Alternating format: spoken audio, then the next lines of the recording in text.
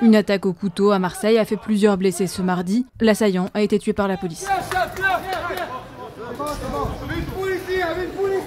À ce stade, nous avons donc 5 victimes, dont une dont l'état est assez critique, et nous avons notre auteur qui est décédé à 15h26.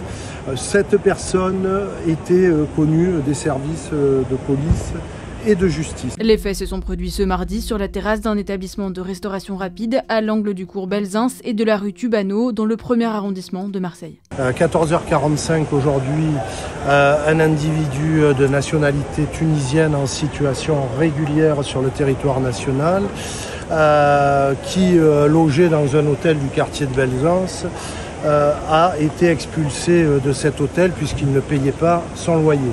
L'homme, né en 1990, se serait alors rendu au premier étage de l'hôtel en question, dans la chambre où il avait résidé.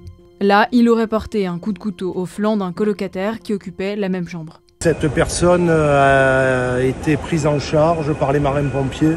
Elle est hospitalisée dans un état d'urgence absolue.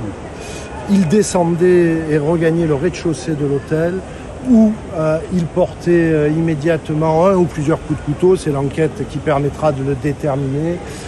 Sur le gérant de l'hôtel.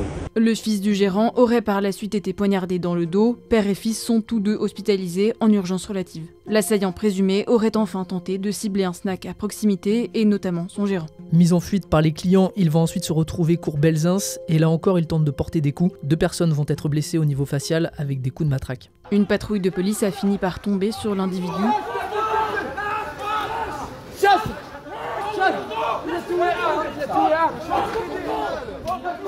Après lui avoir demandé de jeter ses armes, les forces de l'ordre le neutralisent peu avant 15h30. Selon nos informations, l'auteur présumé des faits est connu des renseignements territoriaux pour avoir déjà tenu des propos antisémites par le passé. Des policiers et marins-pompiers de Marseille se sont déployés sur place et ont établi un périmètre de sécurité sur le cours Belzins. Le ministre de l'Intérieur, Bruno Retailleau, est attendu sur place. La police judiciaire a été saisie du chef de tentative d'homicide volontaire, mais également de tentative d'homicide volontaire sur fonctionnaire de police.